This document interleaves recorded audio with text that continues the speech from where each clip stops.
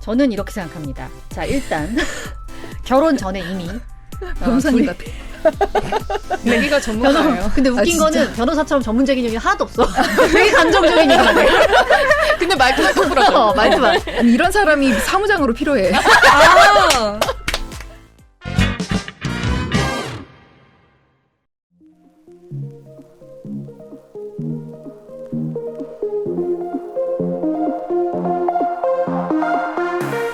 2022년 12월 8일 식장 탈출 넘버원 99-5회 시작하겠습니다. 안녕하세요, 선문선입니다. 안녕하세요, 출안입니다. 안녕하세요, 연보배입니다. 정희진입니다. 네. 반갑어요. 텐션 네. 올려! 문 여는 순간부터 어우 벌써 피곤해. 피곤해. 아니, 손수호 변호사님이 오셨어요, 오늘. 돌아오셨어요? 네, 돌아오셨어요. 오. 그래서 피곤하구나. 그런가 봐. 이제 알았네. 이제 알았네. 와서 카타르 불만을 그거네. 계속 쏟아내셨나요? 카타르를 고발하는 남자 이런 걸로 또 컨텐츠도 하나 올리시고 네네. 예능인 다 되셔가지고. 그러니까요. 네. 거기서 웃음을 책임지셨던 그러니까. 카타르에서. 네. 오늘 또 이제 뭐 금일봉이랑 네. 뭐 이제 뭐 면세점에서 산 그런 것들 이렇게 나눠주시면서 나 없이도 잘 돌아가는 것 같으니까 앞으로도 그렇게 해. 난 종종 나갈게. 라고 해서 네, 라고 하셔서 되게 안 된다고 되게 붙잡는 척을 했습니다. 아쉬워하실까봐. 그런 관계시구나. 환호를 할 수는 없잖아요. 그렇죠. 거리두기 하고 싶어요. 네. 어쨌든 저희가 이제 박종현과 이스타가 자리를 비운 사이에 매주 새로운 게스트와 함께하고 있고요. 오늘은 이제 원년 멤버라고 할 수 있는 성희진 변호사와 함께 하겠습니다. 네, 그렇습니다. 오늘 뭐 성변님이 오신 만큼 당연히 깊이 있는 이야기. 네네 황당한 이혼 사건 모음이 준비돼 있어요. 네, 그래서 요거를 돌아온 C 파일로 네, 황당한 이혼 사건 이야기를 좀 해볼 거고요. 네. 시간이 된다면은 이어서 식장 경제학 코너에서 위자료와 이것도 궁금하다. 재산 분할에 대한 얘기를. 손문선 전문 아닌가요? 전 전문일 리가 없어요. 아, 그래요? 받은 게 없기 때문에. 근데 너무 짧았어. 기간이. 네, 받기도 뭐한 기간이죠. 그것도 아무튼. 기간이 중요하구나. 그럼 재산 분할은 기간 중요하잖아. 중요하죠. 아무튼 그런 이야기를 나눠보려고 합니다. 자, 우리 성희진 변호사는 다들 아실 테지만 원래 처음에 식장 탈출 시작할 때 네. 1회부터 같이 시작했었죠. 그때 사람 많았어요. 이주환, 박종윤, 손수호, 김한. 네. 네. 그렇게 해서 많았죠. 음. 고배님 들어오시기 전에. 세란 저까지 해가지고 6명이었네요. 그 좁은 데서. 진짜 바글바글 밀착해서 진짜 했었어요. 의자 같지도 않은데 앉아서. 그쵸? 진짜. 저 위에서. 거기서. 그리고 거기 뭔가 항상 들어갈 때마다 뭔가 냄새가 났잖아요. 냄새도 나고. 남자 거기, 냄새? 아니, 뭔가 알 수 없는 키키한 냄새가 나서 누군가의 늘 냄새야. 거기 뭐 문을 잠깐 열어놨다가 들어가고 이랬던 것 같아. 문도 작았어. 맞아. 문도 작고. 그리고 거기는 한 30분 정도 얘기하면은 안에 공기가 없어져서. 맞아. 그때 좀 힘들었어요. 숨이 막혀옵니다. 맞아, 진짜. 맞아. 그때 그랬던 마스크도 것 같아. 쓰고 했어요? 마스크 처음에 완전 안 시작할 쓰지 때는 않았어요. 안 안 썼던 것 같아. 했고. 그때 안 썼던 것 같아. 좀 지나서부터. 어쨌든 그래서 9회까지밖에 안 했었어요? 아니, 되게 근데 더 오래 한 것 같은데, 그죠? 9회까지 였을 것 같아요. 제가 10회부터 왔거든요. 아, 그래요? 그러니까 성변님이 신기해. 나가시고 제가 왔으니까. 그렇죠? 아니 꽤 있었던 느낌인데. 나도. 존재감이 큰가 봐요. 그동안 우리 많이 얘기해서 그래. 네네. 1회부터 9회까지 이제 고정으로 하시다가, 그 뒤에 식장 탈출 외전에서 또 하셨었죠. 그래서 오늘은 이게 외전에서 하던 내용이랑 좀 비슷한가요, 오늘? 외전에서는 그 정도원 변호사님이랑 같이 했거든요. 이제 저희 뭐 스튜디오가 따로 있는 게 아니다 보니까 제 차에서 와. 네, 정도원 변호사님과 그래, 맞아. 차에서도 막 녹음한다고 그랬어. 그건 단둘이 자발적인 앉아서. 거예요? 아니면 대표님의 의지예요?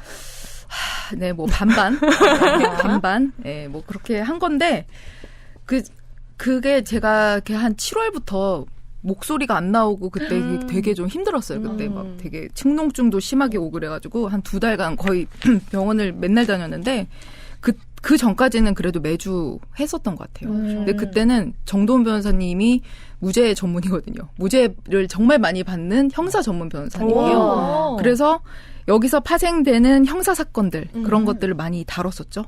외전도 재밌습니다. 네. 아, 오프닝이 너무 좋았어요, 저는. 음사. 음사하나.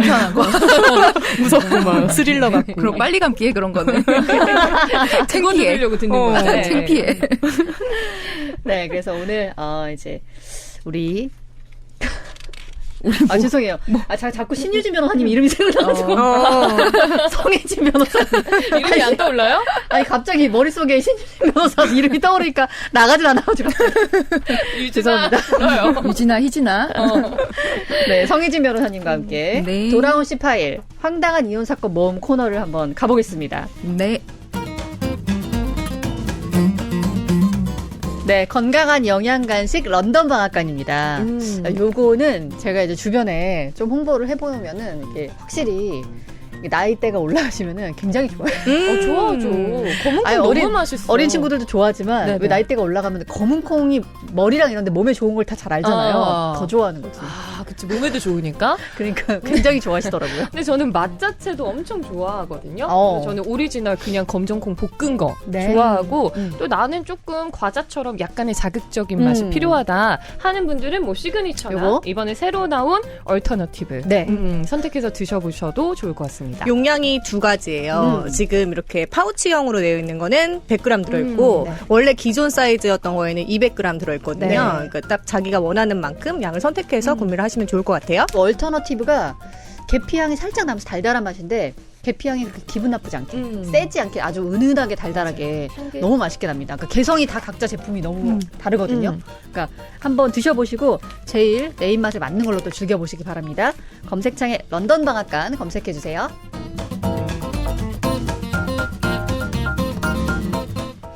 네, 새 광고가 또 들어왔습니다. 우리 잘 나가네. 그리고 또 화장품이에요?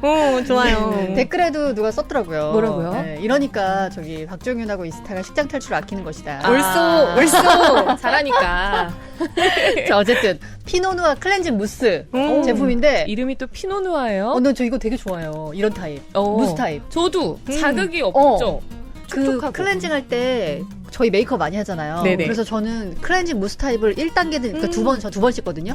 1단계든 2단계든 한 번은 꼭 넣는데 요거 무스 타입. 이렇게 펌핑해서 나온 무스 근데 타입. 색깔이 빨간색이어서 뭔가 되게 와인 느낌? 특이하다. 언니 마시면 안 돼요? 마시면 안 돼요. 피부 이름도 양보하세요. 또 피노누아야. 피노누아 좋아하는데 저. 이게 화학물질 없이 포도 추출물로 만든 세안제래요. 그 네. 성분도 너무 좋고. 그래서 피노누아군요. 맞습니다. 네. 저자극 약산성 클렌징폼. 어. 약산성 이게 피부 약하신 분들한테 무조건 약산성 추천하잖아요. 중요하죠. 병원에서 처방해주는 클렌징폼도 거의 다 약산성이에요. 그리고 아이들 아토피 같은 경우에도 약산성으로 찍고. 되게 똑똑해 보여. 특히 트러블이나 여드름으로 고민하시는 분들은 한번 꼭 써보시길 추천드린다고 여기 또 이제 대표님이 말씀하시니까 네. 피노누아 클렌징 무스로 좀 저자극으로 깔끔한 세안 하시기 바랍니다. 자극 없이 안전한 피노누아 클렌징 무스입니다. 언론에 공개된 황당한 이혼 사건들을 소개하는 코너로 이렇게 준비하셨다고 하는데, 그러니까 요거 이미 공개된 내용들입니다. 네네. 한 번쯤은 공개됐던 내용을 작가님이 약간 이제 편집해서 가져오신 것 같아요. 그래서 유명한 이혼 사건인데, 요런 것들을 한번 이야기해 보려고 해요. 성 변호사님은 실제로 이제 이혼 상담 많이 해보셨죠? 많이 하죠. 도대체 사건도 이혼, 많이 하시는구나. 대한민국에 무슨 일이 벌어지고 있나. 진짜. 그 정도예요? 이혼 많이 생각하죠. 그리고 생각하죠. 예전보다 훨씬 더 변호사, 사무실의 문턱이 낮아졌잖아요. 그러다 보니까 예전과 달리 참고 사는 여자들, 참고 사는 남자들이 많지 않고, 만약에 이혼이라는 결과를 가져오게 될 경우에 나한테 미칠 영향들, 이런 걸 미리 알기 위해서, 시뮬레이션 하는 거예요. 미리 이혼하게 되면 어떻게 될까요? 이런 거 재산 관계부터 해서 아이의 양육권은 어떻게 되는지 이런 거 전부 다 미리 예측할 수 있잖아요. 그런 걸 하시는 분들이 많이 있어요. 특히 우리 나이 또래. 멀리 있지 않다. 현명하다고 봅니다. 매우 현명한 거지. 그렇게 상담을 와서 실제로 소송을 가는 경우가 흔한가요? 아니면은 거의 없나요? 저는 거의 선임까지 연결이 되던데 왜냐하면 이 이혼 상담을 하기까지 굉장히 많은 이제 갈등과 그런 상황들을 이미 많이 겪고 이미 이제 좀 패닉이 되어 있고 많은 걸 겪어서 더 이상 이제 뭐 더 이상 용서하고 자시고 할 것도 없는 그런 상태에 애로 오는 사람들이 굉장히 많아요. 이제 부셔버리겠다. 맞아. 이런 생각을 하고 오는 사람들은 거의 진짜 바로 선임해서 진행을 하는 경우가 많이 있는데 오히려 이제 좀 나이가 있으신 분들 그리고 이제 자녀들이 좀 있어서 경제적으로 좀 도움을 받지 않으면 쉽지 않은 그런 사람들은 이혼을 쉽게 결정하기가 어려워서 그런 사람들 빼고는 뭐 좀 젊은 층들은 확실히 진짜 부셔버리겠다 이런 생각으로 오시는 분들은 많이 하시죠. 그러니까 사실 이혼 상담이라고 하고 아까처럼 그냥 내가 시뮬레이션을 돌려본다라고 해도 적당히 잘 지내는데 시뮬레이션을 돌려볼 리가 없잖아요. 그럼요. 그렇지. 그리고 갈 때는 일단 끝을 생각하고 그러니까, 가니까. 그러니까. 네, 진짜 이제 방법이 없다. 거의 그런 분들이 가서 상담을 할 테니까. 그렇죠. 자, 오늘은 어쨌든 황당한 이혼 사건, 좀 알려졌던 사건들 이렇게 모아봤는데 한번 하나씩 볼까요? 진짜 보이지가 않아. 보이지가 않아. 노안이 왔어. 보이지가 않아. 어떡하지? 오늘 일하러 오신 느낌이야. 일 하다 왔으니까 또. 네. 자, 일단 첫 번째는 자신도 모르게 이혼당한 남편. 응. 이혼 이야기입니다. 요거를 이제 대략적으로 이렇게 정리를 해서 주셨는데 제가 일단 요거는 첫 번째 거니까 제가 한번 말씀드려볼게요. 주요 내용을. 신혼의 달콤함을 만끽해야 할 시기에 아내가 육아의 어려움을 호소하면서 갑자기 아기를 데리고 잠적했대요. 아기를 왜 데리고 갔지? 육아가 어려운데 아기. 근데 아기를 아이는 갓난아기면 어떡해. 아빠가 그치. 못 맡으니까 잠적했대요. 책임은 져야 되니까. 그래서 이제 아내와 아기가 사라졌으니까 이 아내와 아기를 찾던 남편이 어느 날 자신이 이혼했다는 황당한 사실을 접하게 된대요. 그러니까 그냥 잠적한 후에 모르는 사이에 이혼했다는 사실을 접하게 됐대요. 그리고 재판 중에 받았어야 할 소장 등 관련 서류들이 엉뚱한 곳에 배달됐기 때문에 본인이 이혼했다는 사실을 몰랐던 것 같고요. 재판부는 그가 소송 서류를 받고도 재판에 출석을 안 한 것으로 보고 이혼 판결을 내렸다라고 되어 있습니다. 이게 가능해요? 그냥 반응이 없으면은 판결이 내려져요? 보통 내가 이혼을 당했다는 사실을 뒤늦게 접하게 되는 경우는 공시송달이 된 경우. 그러니까 여러 가지 소장 부본이 송달이 이제 뭐 보통 집배원이 송달을 우편 송달을 하기 마련이거든요. 근데 우편 송달의 방법으로 송달이 안 될 경우에 집행관을 보내서 송달을 한다거나 여러 가지 방법으로 송달을 시도하다가 도저히 이 사람한테 송달할 방법이 없다라고 하면은 공시하는 방법으로 송달을 해서 사건을 종결시키는 거죠. 근데 그거는 정말 내가 송달 못 받았으니까 뭐 그렇게 돼서 나중에 이제 추한항소를 하거나 이런 경우가 있는데 여기서는 보면은 소송 서류를 받고도 출석을 안 한 걸로 보인다라고 하면 소장 부분은 어쨌거나 누군가 송달을 받았다는 거거든요. 근데 이제 받았을 때 보통 이런 경우에는 이제 뭐 회사 운영하는 사장님이라든지 이런 분들이 영업장이 여러 개가 있는 경우에 그 하나 한 곳에 보내면은 거기 있는 직원이 수령하고도 그걸 사장님한테 안 알려줬을 경우에는 모르잖아요. 이런 경우 상당히 많이 있어요. 받긴 받았는데. 이거는 이혼뿐만 아니라 민사소송에서도 많이 있어요. 그리고 본인이 주소지를 다른 데로 잘못 옮겨놨다거나 예를 들어 그러니까 이제 뭐 위장전입이나 뭐 기타 여러 가지 이유 때문에 내 집 주소에 내가 실제 거주하고 있는 장소에 주민등록을 하지 않은 경우 이런 경우에는 거기로 계속 송달이 되겠죠. 왜냐하면 주민등록 초본 떼어보면 거기가 마지막 주소지로 나오고 그럼 거기로 송달하면 적법한 송달이니까. 근데 만약에 그 집에 사는 사람이 내 거 아니네? 그리고 반송함에 넣어. 반송하면 송달이 안 된 거지. 그러면은 그럼 괜찮죠. 근데 그렇죠. 받고 그냥 그 사람이 버리면 받은 걸로 되고. 그렇지 받은 거. 실제로 나한테 전달이 되는지 여부 상관이 없는 거죠. 문제가 될 수 있겠다. 그래서 보통 이렇게 소송 서류를 받고도 그러니까 소장 부본을 송달 받고도 출석도 안 하고 아무런 답변도 하지 않으면은 민사소송의 경우에는 자백 간주가 돼버리는데 이런 이제 이혼 소송 같은 경우에는 아무래도 신분상의 행위인 거잖아요. 그러니까 좀 더 이 두 사람의 혼인 관계를 해소하는 절차란 말이에요. 그 법률로는 해소하는 아주 중차대한 일인데 이거를 그 당사자의 이야기도 듣지 않고 바로 판결 내리기는 쉽지 않죠. 그러게요. 아마도 상당한 시간이 흘렀을 것으로 보여요. 그럼 실종된 채로 그냥 그렇게 지낸 건가? 그렇죠. 그것도 신기하다. 그러니까 아니, 근데 또 사라진 아내와 아기를 찾았대요. 이거 찾던 남편. 근데 못 찾은 못 찾은 못 찾아. 거야. 그치, 못 찾은 어떻게 거야. 못 찾지 또? 와, 씨. 어디 숨은 거야? 참 신기하다. 진짜 이 사람. 근데 어쨌든 황당했겠다. 이렇게 해도 결과적으로 이혼을 이건 한 게 아니지. 당한 거지. 이혼을 당할 수가 있네요. 항소해야죠, 이거는.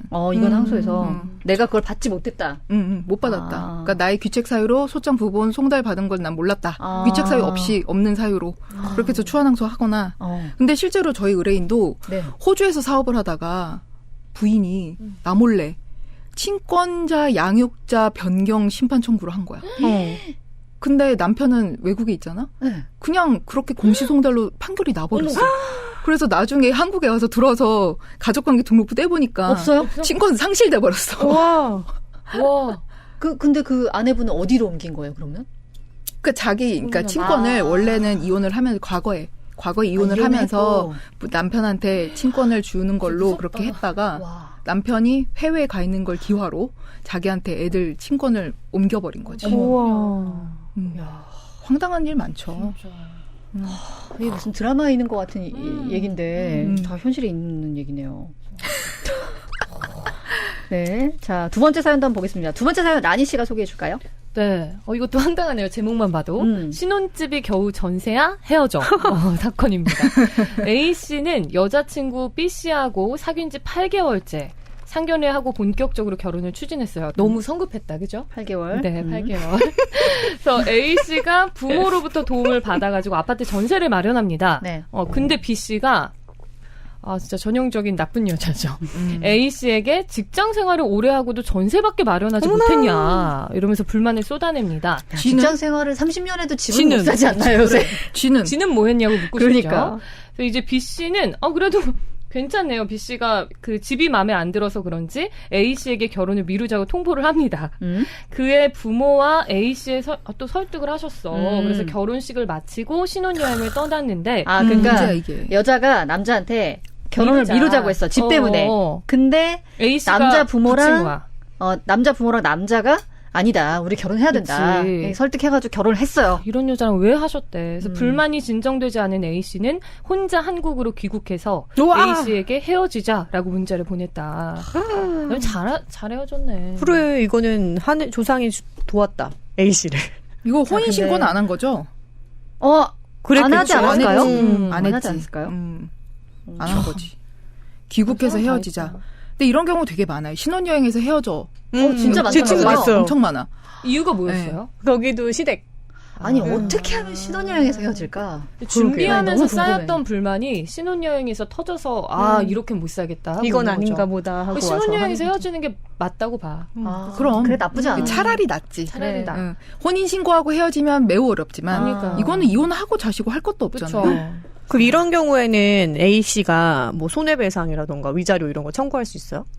이거는 A에게 헤어지자라고 한 거. 이거는 사실은 혼인 관계가 성립이 됐다고 보기 어렵잖아요. 그러니까 이제 형식적인 법률 혼에 이르지는 못했던 걸로 보이고 결국엔 그러면 사실혼이거든요. 사실혼을 부당하게 했다. 뭐 이런 취지로 해야 되는데 사실 A씨가 잘못한 게 없잖아. 없어. 그렇죠. 전세밖에 마련하지 못했다는 게 사실혼을 파기할 만한 정당한 사유인가? 좀 의문이 있고 이걸로 위자료 청구 좀 어렵지 않을까?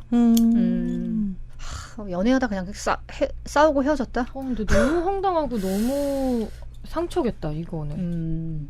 근데 뭐 잘 헤어졌네요. 결과적으로 보면은. 잘해주긴 했는데 저는 이렇게 생각합니다. 자 일단 결혼 전에 이미 변호사님 같아.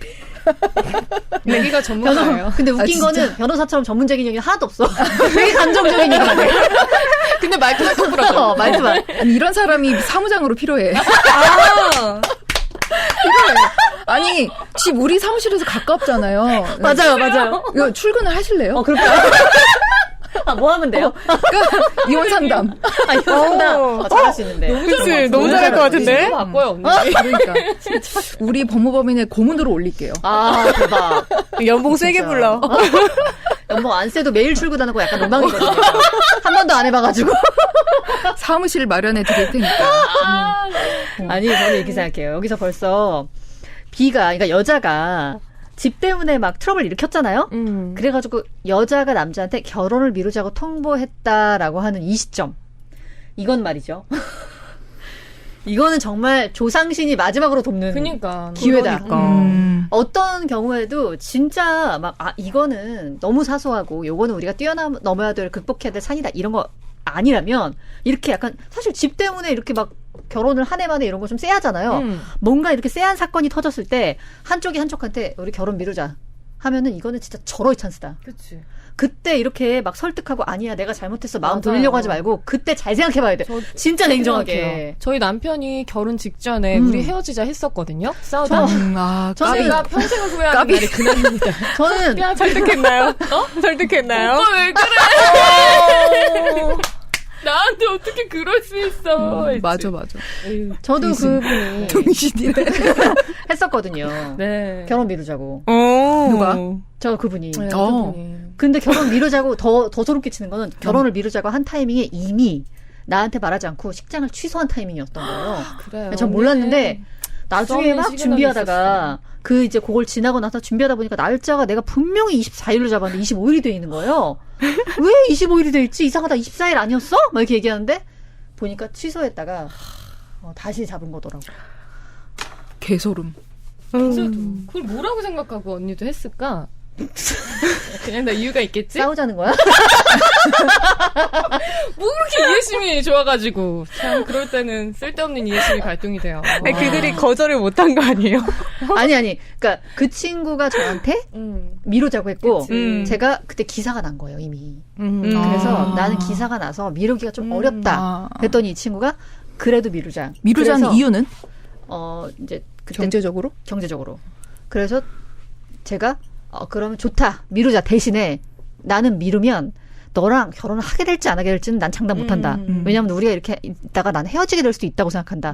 그러고 갔는데 하루도 안 돼가지고 자기가 잘못했다고. 그냥 원래대로 추진하자고. 그래서 그래 잘 생각했어.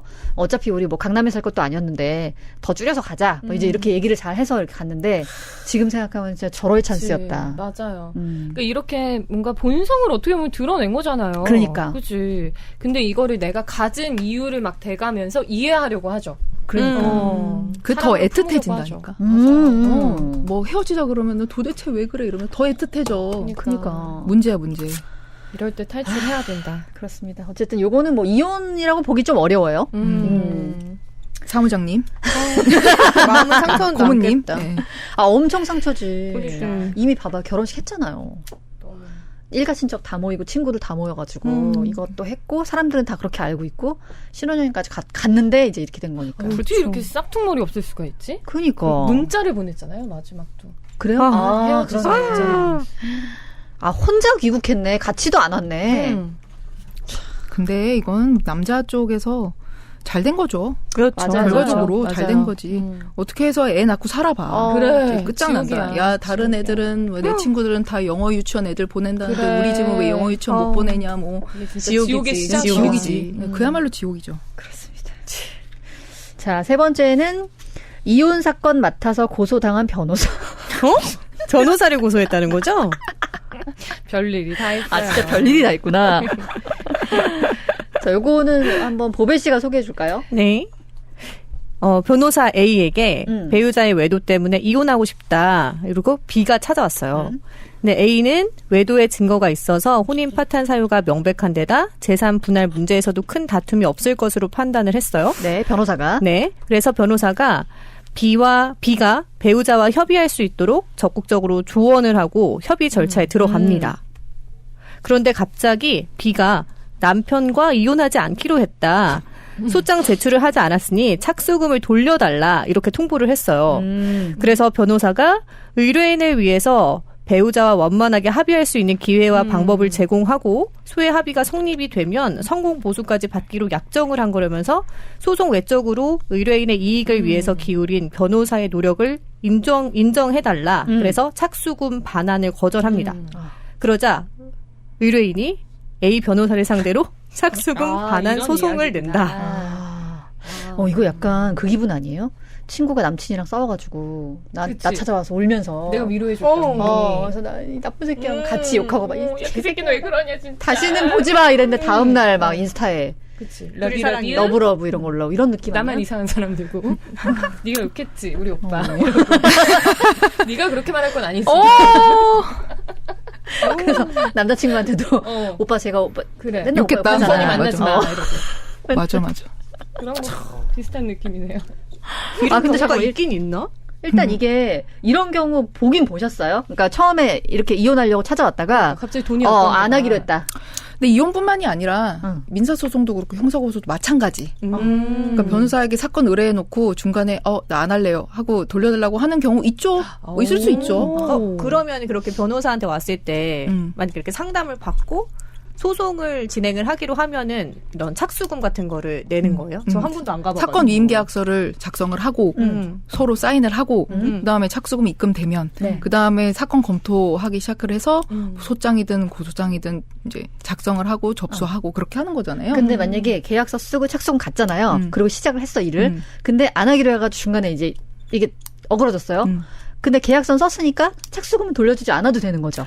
그러니까 이제 그게 사건 이임 계약서를 어떻게 쓰느냐에 다른데 우리는 이제 그 대한변협에서 배포하는 사건 이임 계약서 표준 양식이 있어요. 거기에 따라서 하는데 거기엔 보통 착수금 반환에 관해서 그 법무법인 혹은 이제 법률사무소의 이제 담당 변호사나 해당 직원들이 사건의 수임 이후에 뭐 어떤 노력을 기울인 그 부분에 있어서 뭐 일할 공제하고 뭐 일부 공제를 하고 나머지를 반환하게끔 되어 있어요. 그래서 이 사건에서의 쟁점은 착수금을 받은 이후에 얼마나 일을 했냐, 일을 한 근거가 남아 있느냐가 관건인 거죠. 착수금 반환 소송이라고 하면 이제 민사 소송이고 이제 고소당한 변호사가 아니라 소제기를 당한 변호사인 거죠. 아주 정확하게. 다르더라고요. 약간 계약금 이게. 같은 거구나. 그럼 착수금이. 그렇죠. 그러면은 여기서 이 A 변호사가 이미 다 약정한 거라면서 착수금 아예 안 돌려주겠다 하는 것도 무리수가 있는 거네요. 그렇죠. 그러니까 빨리 소장을 접수했어야지. 그러면 안 돌려줘도 되는구나. 아니, 그러니까 어느 정도 이제 좀 반환을 하더라도 덜 공제를 하겠죠. 아하. 그러니까. 빨리 소장 접수를 해야지. 근데 만약에 이런 경우에 뭐 상황 바이 상황이겠지만 어쨌든 얼마나 일을 진행했느냐에 따라서 돌려주는 금액이 달라진다면 요거 갖고도 좀 약간 싸울 수 있겠다. 결국 이거 민사소송 가면은 결국 이게 뭐야. 일을 그래서 착수를 했으면은 어느 범위까지 얼마나 했냐 이거를 변호사가 입증해야 될 거 아니에요. 그러니까. 빨리 소장을 접수했어야지. 유리하다.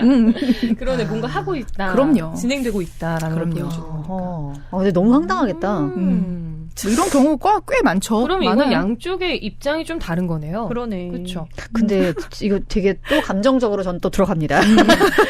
고모님. 네, 들어갑니다. 야, 외도의 증거가 있어서 혼인 파탄 사유가 명백한 걸 가지고 지금 찾아왔는데 다시 이혼하지 않기로 했다는 무슨 일이 있었을까? 그러게. 네, 그런 사람들 많아요. 진짜.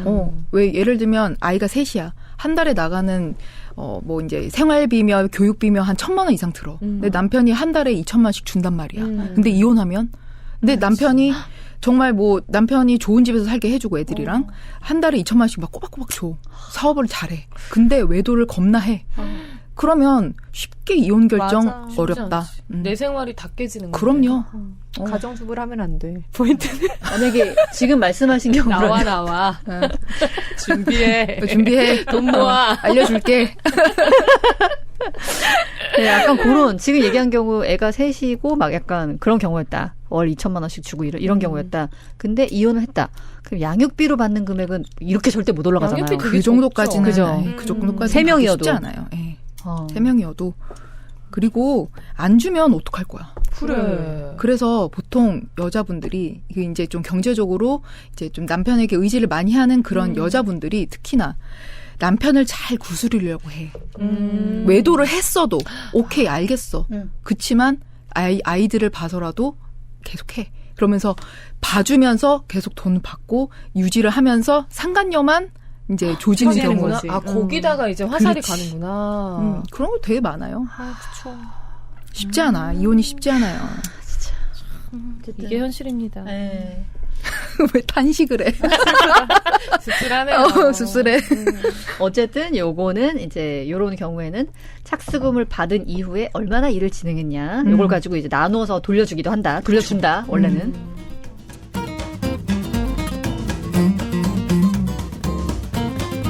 네, 힐로소피 퍼펙트 탈모 샴푸, 바디워시, 로션까지 3가지 종의 제품입니다. 요거는 뭐 저는 이제 항상 너무나 잘 쓰고 있는 제품인데 안 써보신 분들은 진짜로 저는 추천드리고 싶은 게 일단은 저는 처음엔 바디워시부터 썼거든요. 왜냐면 바디워시가 다른 어느 브랜드에서 나오는 제품하고도 쉽게 비교할 수 없어요. 향이 진짜 좋아요. 그렇죠. 천연 그거 에센셜 찾기 힘들어. 오일이죠. 네. 라벤더 향. 그래서 만약에 실제로 이 정도의 어떤 고급스러운 천연 아로마 오일 향을 느끼시려면은 가격대가 백화점에서 진짜 올라가거든요. 그렇죠. 근데 요거는 백화점에서 쓰는 거 가격 대비 훨씬 뭐 한 거의 5분의 1 가격? 이 정도로 이렇게 좋은 용량으로 쓸 수 있으니까 진짜 너무 좋습니다. 저는 계속 쓰고 있거든요. 네. 그리고 샴푸도 뭐 너무나 훌륭하죠. 이거를 안 써본 분은 있어도 한 통만 쓰고 만 분은 안 계실 것 같아요. 맞습니다. 그렇죠. 샴푸 뭐 이것저것 써봐도 뭐 세정력 좋고 그리고 감고 쿨링감. 나서 볼륨감 좋고 뭐 여러 가지로 좋은 제품이 찾기가 힘들거든요. 그쵸. 뭐 하나가 꼭 빠지는데 얘는 진짜 완벽에 가까운 제품이라고 이 남성분들 중에서 머리숱이 좀 없어서 이렇게 머리 이렇게 착 가라앉으시는 분들 있잖아요. 이거 40대 되면 다 그래요. 무조건 써보세요. 저희 아들도 약간 이렇게 처지는 머리인데 진짜 이걸로 감으면 머리가 빳빳해져요. 맞아요. 전성분 비건 성분으로 제작돼서 진짜 좋은 성분으로 만들었기 때문에 향도 좋은 거거든요. 그래서 요 힐로소피로 좀 부드러운 그런 샤워 시간, 즐거운 샤워 시간 즐기시기 바랍니다. 네, 100% 산양산삼 추출액 산삼 순백입니다. 요거 나오기 전에는 말이죠. 요거 나오기 전에는 말이죠. 옛날 예정이. 한약을 막 다려먹는 그런 번거로움. 건강원에서. 정말 격세지감이 느껴지네요. 야, 한의원 가서 한약 안 다려 먹어봤어, 왜 그래. 그래야 됐죠, 그죠? 네. 힘들게. 뭔가 먹는 게 좀 이렇게 막 귀찮았어요. 맞아, 집에서 맞아. 렌즈에 돌려가지고. 잘 안 하게 됐는데 네. 이렇게 나오니까 너무 편하잖아요. 그렇죠. 네, 하루에 한 들고 병씩. 나오면 돼. 핸드백에 넣어도 되고. 그냥 그렇죠? 아침에 일어나서 먹어도 되고. 근데 한 병에 하나 다 들어가 있으니까. 네. 저도 옛날에 엄마가 그 산삼 갖다가 구해와가지고 이만한 들통에다가 하나 놓고 막 들들들들 볶아가지고 먹고 그랬는데. 정성이다. 응. 없어요? 그런 적 없어요? 주면 안 돼. 늘 거꾸로 들고 있는 것 같아요. 저 옷도 거꾸로 잘 글씨 입어요. 못 읽는 거 아니야, 사실? 알고 보면. 글씨 못 읽는 거 아니냐고. 한자인 줄 알았지. 이렇게. 후기들 읽어보시면 좋을 것 같아요. 믿을 수가 있잖아요. 맞아요. 소비자들 그렇습니다. 후기 한번 읽어보시고요. 네. 구매해주신 분들에게 또 선물도 드린대요. 네. 산삼 비타 한 병, 어. 산삼 석류 유산균 한 병을 사은품으로 증정해 드린다고 합니다. 네. 기회예요, 기회. 그렇습니다. 네. 검색창에 산삼순백 검색하시거나 전화번호 1666-1080으로 문의하시기 바랍니다.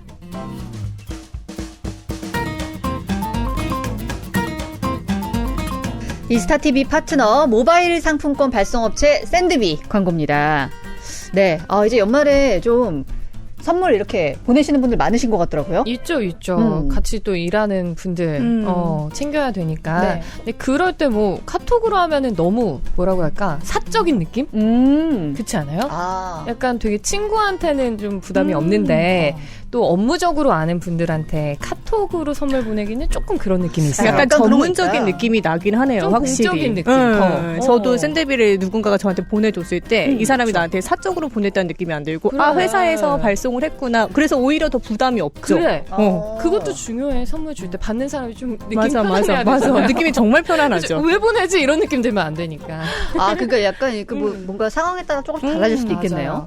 보내고 너무너무 나서도 편하죠. 기업에서 이제 네. 1대1 매칭이 돼서 맞아요. 또 서류 같은 것도 다 작업을 해주시니까 그거는 그만큼 좀 편리하죠. 그래서 네. 그런 부분 상당히 편리하게 되어 있다고 하니까요. 특히 단체 발송하시는 분들 이용해 보시고요. 특가 이벤트, 신규 가입 이벤트 등 다양한 이벤트와 기획전 진행하고 있으니까요. 또 딱 맞는 그런 상품들도 골라보시기 바랍니다. 최고의 모바일 상품권 발송업체 샌드비입니다. 다음도 한번 보겠습니다. 가짜 남편 세워 이혼 후 전재산 들고 출행나. 뭐야? 외국에서 사업을 하는 이모 씨는 이건 또 갑자기 A가 아니야 이모 씨야. 외국에서 사업을 하는 이모 씨는 지난달 휴가차 귀국했다가 황당한 얘기를 전해 들음. 부인 박 씨가 자신과 함께 법원에 나가. 딴 생각했구나. 자신과 함께 법원에 나가 협의 이혼을 했다는 얘기를 이게 가능한가? 뒤늦게 들었어요. 대가리 없다. 그래. 네, 협의 이혼 내용은 남편이 부인에게 무려 13억 원의 위자료를 지급하고 딸의 양육은 남편이 맡는다는 조건. 딸은 또 맡겼어. 이 여자 미쳤다. 바람났어. 장난 아니다. 한국에 있지도 않았던 이 씨가 어떻게 법원에 출석한 것으로 처리돼 있는지 확인을 해봤더니 부인 박 씨가 가짜 남편을 법정까지 데려갔던 것으로 드러났다. 서울가정법원에 따르면 박 씨는 지난해 10월 가짜 남편과 함께 법원이 지정한 전문위원회 이혼 상담까지 받은 뒤에 법정에 출석해서 협의 이혼 절차를 마쳤다. 그러니까 박 씨라는 이 여자분이 대단하다. 그러니까 미리 가짜 남편 대동해가지고 상담까지 받고 예, 법원에서 지정한 전문위원회 상담까지 받고 그러니까 되게 계획적으로 들어갔네. 그러게. 네. 완전 미친이네. 네, 그래서 부인 박 씨가 가짜 남편을 대동한 데다가 남편의 신분증과 인감증명까지 가져오니까 법원이 감쪽같이 속아 넘어갔다고 합니다.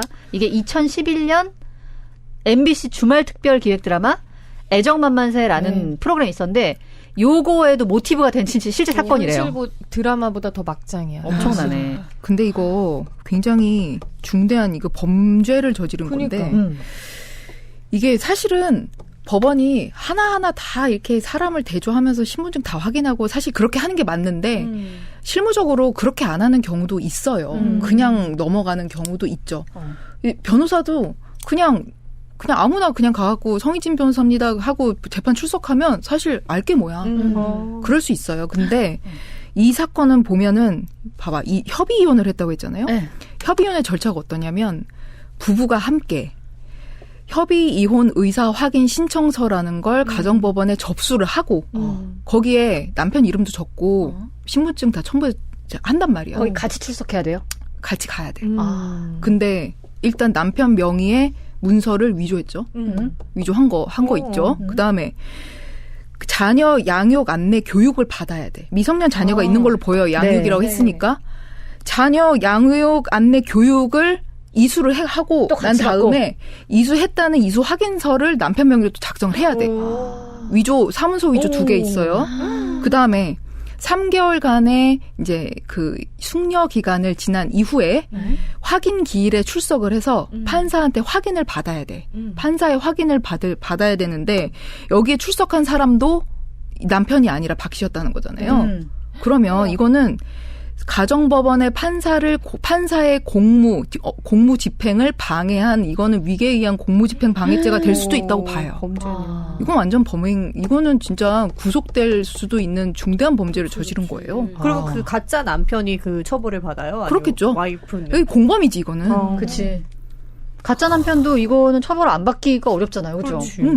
이거는 이건 둘 다 처벌 받을 거예요. 이거는. 이야.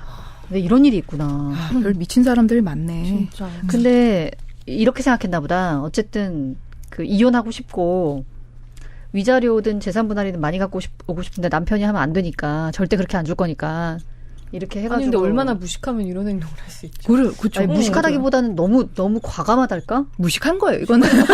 이게 이렇게 과감은? 큰 파장이 될지 그렇지. 모르니까 저지를 그런가? 거 아니에요. 그것도 13억 원의 위자료를 13억 원이나 지급을 하래.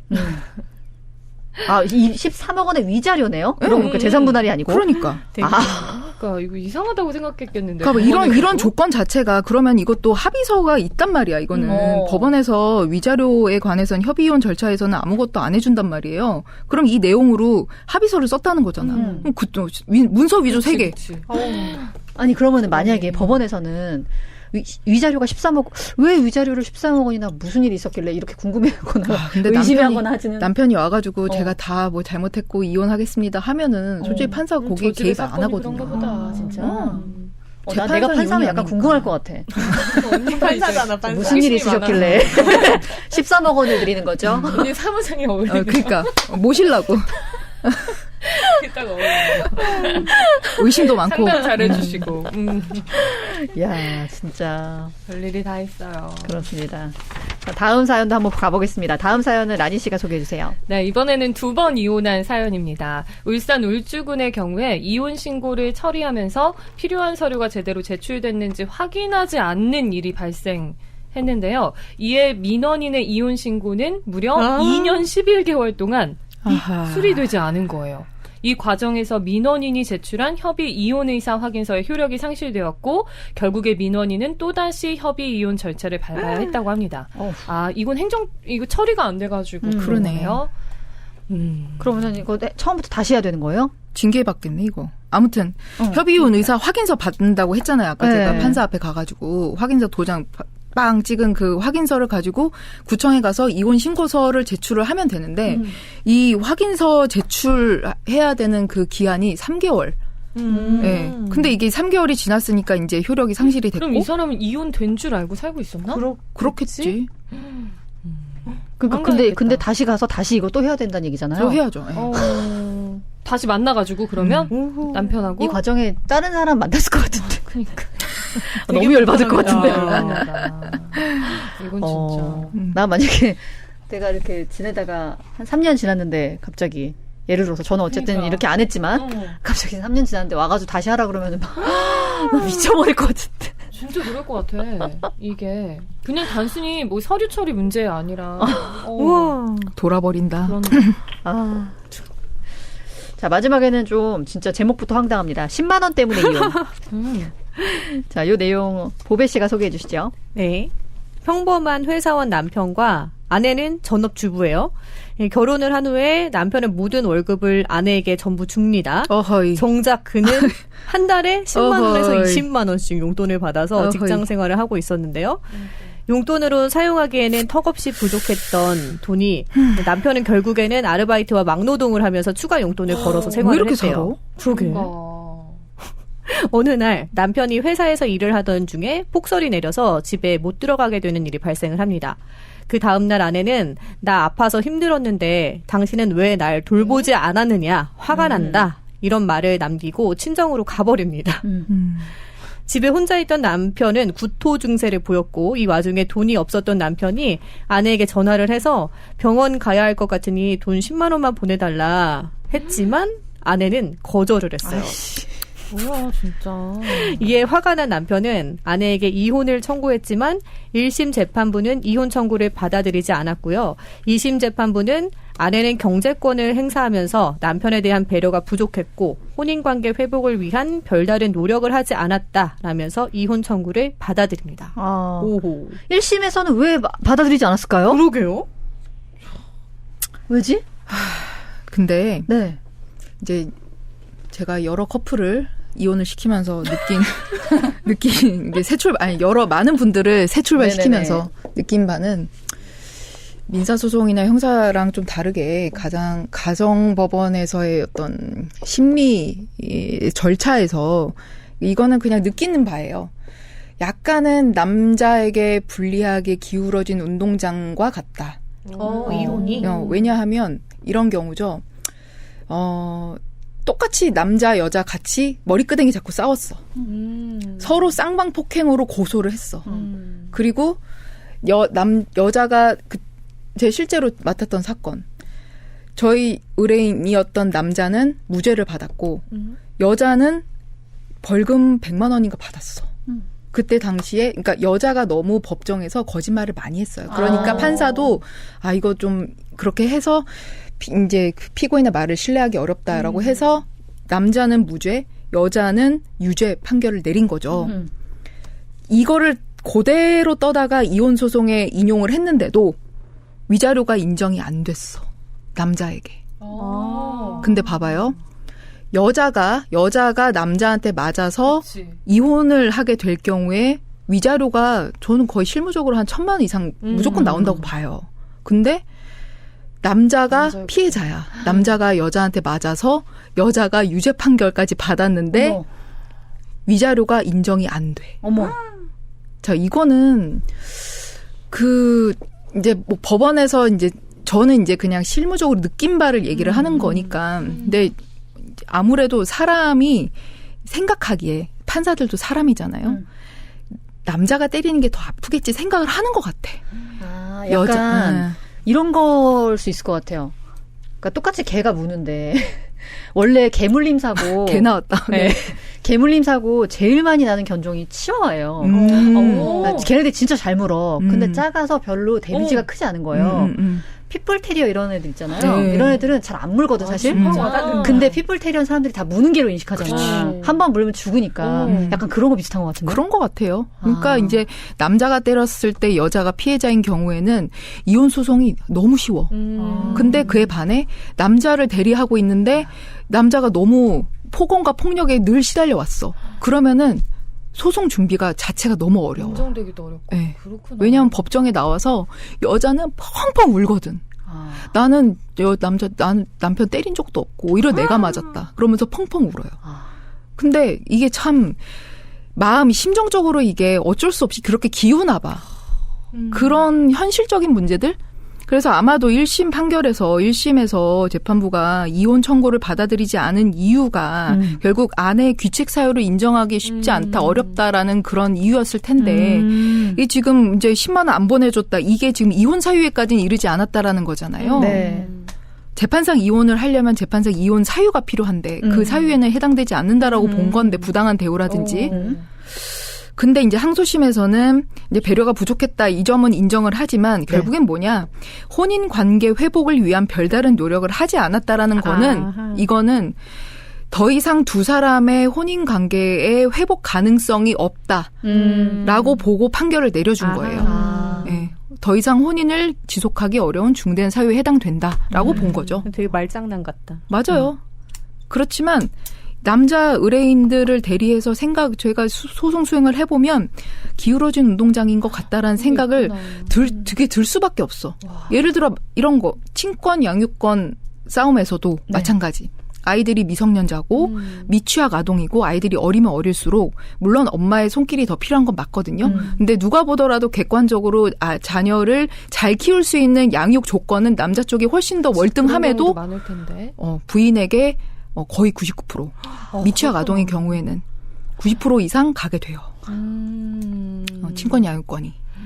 뭐 그런 것들. 그래서 남자 의뢰인 같은 남자들 같은 경우에는 특히 이혼 소송을 하려면 100%, 120%, 200% 준비를 해야 돼. 그래야지만 내가 원하는 결과를 얻을 수 있다.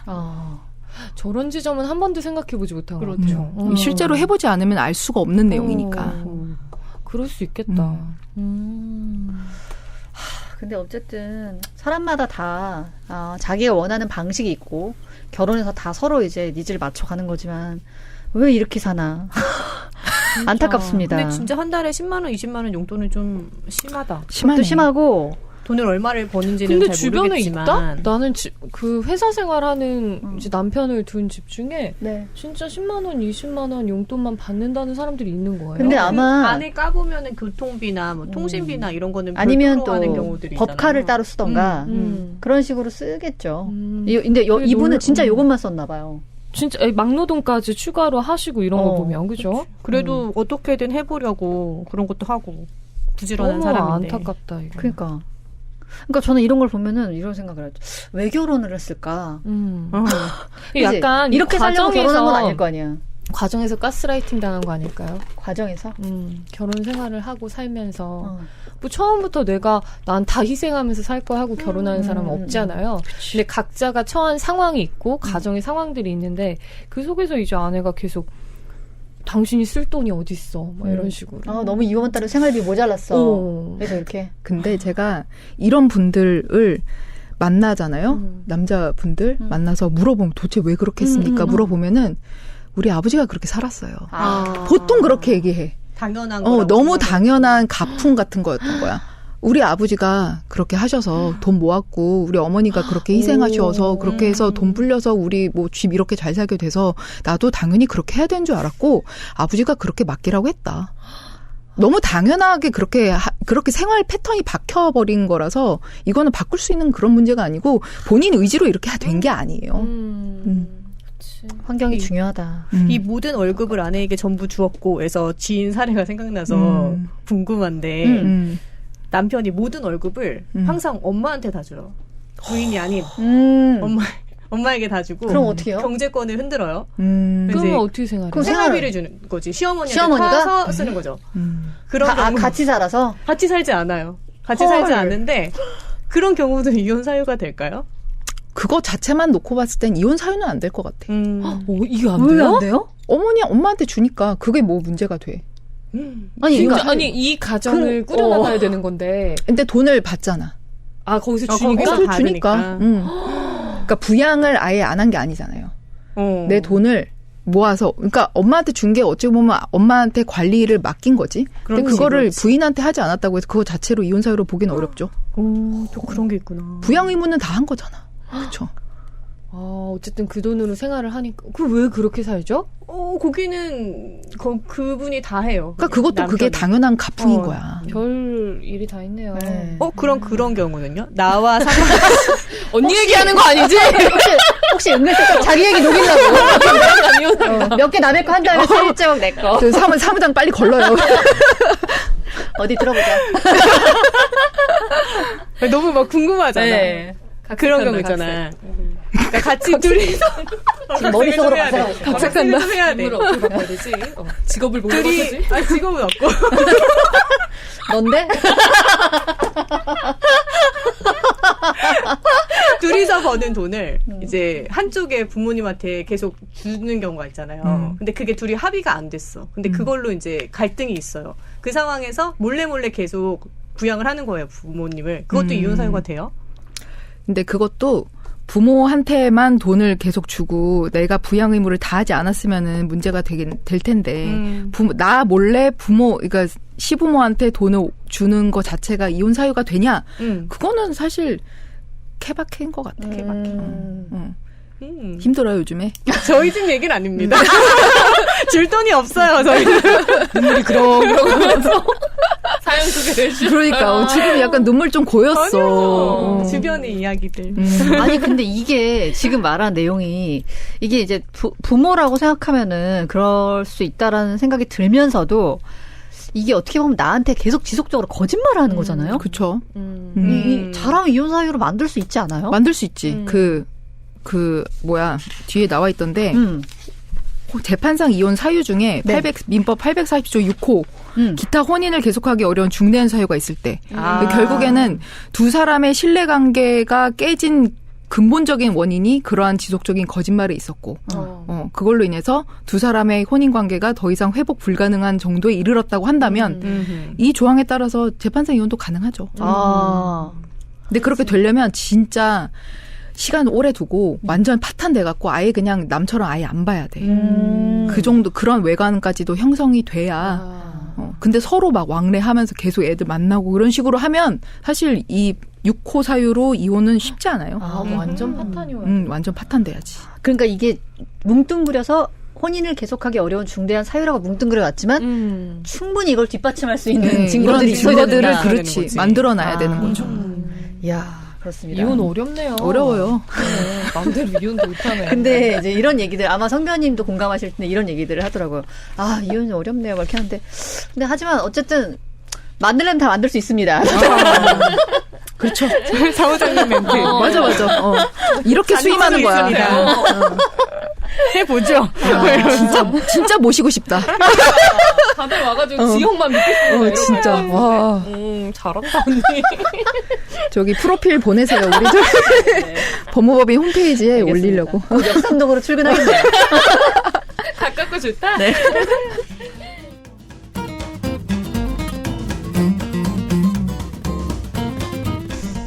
네, 깔끔한 아침을 위한 숙취 해소제 술겜입니다. 술겜 다들 잘 드시고 계신가요? 그러면요. 네. 저희가 하도 술겜을 뭐랄까요? 워낙 효과가 좋다 보니까 술 많이 마신 날에 자꾸 시작할 때 마시고 먹고 중간에 먹고 막 세네 포씩만 먹고 이러니까 대표님이 저기 연락이 왔어요. 뭐라고? 음주 후 복용으로 제발 얘기 좀 해달라고. 우리가 약간 과하게 복용하고 있었다. 아니 그러니까 다른 분들이 그냥 막 중간에 드시고 그러니까 복용법을 이제 모르신 상태에서 시작하기 전에도 먹고 중간에도 먹고 막 이러나 봐요. 근데 원래 복용법이 음주 후에 한 포. 그리고 다음날 한 포. 다음날 아침에 일어나서 한 포거든요. 먹고 나서. 그쵸. 근데 좀 불안하거든. 왜냐하면 취하면 그냥 자니까 그치. 잠드니까. 특히 평일에 자고. 다음날에 막 출근해야 되고 그럴 때 불안하니까 그래, 계속 미리 술은 먹고 챙겨갖고. 싶고. 그리고 이제 저 같은 경우에는 술이 뭐 1차에서 끝난 적이 없기 때문에 주로 이제 많이 가면 3차, 4차까지 가기 때문에 중간에 술gem을 안 먹는 거 있을 수가 없거든요. 그쵸. 네. 브레이크 타임. 숙취 좀 덜어내시고 가볍게 좀 사시기 바랍니다. 그리고 검색창에 영한네이처 검색하셔서 영한네이처에서 구입하셔야 원가에 사실 수 있어요. 다른 오픈마켓에서 지금 웃돈 얹어서 파는 경우가 있어가지고 그러지 마시고. 네, 영한네이처에서 구매하시기 바랍니다.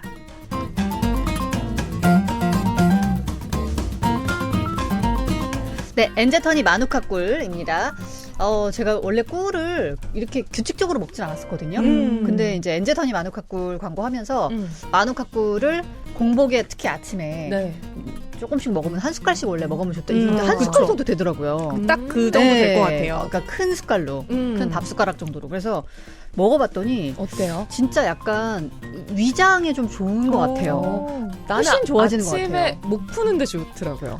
훨씬 부드러워지는 느낌? 그래서 약간 루틴처럼 요즘에는 유산균하고 요거랑 같이 챙겨 먹고 있어요. 건강해지고 있네. 다들 아주 몸에 좋은 거는 그냥 이제 잘 챙겨 먹고 있구만. 네네. 요즘 겨울철에 딱 요거 선물해주기 너무 좋지 않을까요?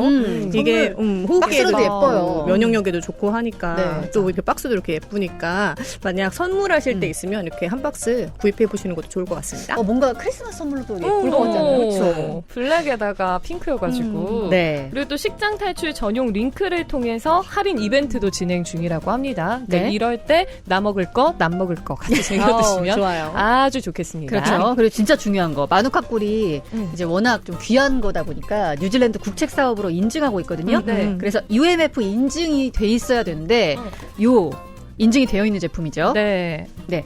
엔제터니 있어요. 마누카 꿀은 인증이 되어 있는 제품이니까요. 요 인증 꼭 확인하고 드시기 바랍니다. 선물하기에도 좋은 세트 포장 이용해 보시고요. 검색창에 엔제터니 마누카 꿀 검색해 보시기 바랍니다.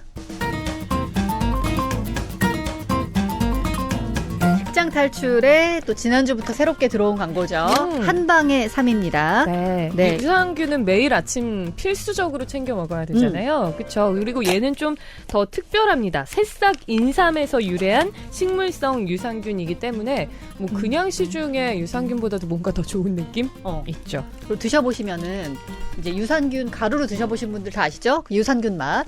약간 그런 맛이 있고 더해서 약간 인삼 맛이 나요. 네. 고급진 쌉싸름함이 네. 끝맛에 있습니다. 네. 이게 단품 이 한 박스에 30호 들어있고요. 하루에 하나씩 먹으면 딱 한 달 정도 먹을 수 있겠다. 그렇죠? 좀 더 효과를 보려면 이렇게 한 번에 구입하실 때 세 박스가 들어있는 이 세트로 달 구입을 먹어서는 안 하시면 돼. 더 좋을 것 같아요. 맞아요.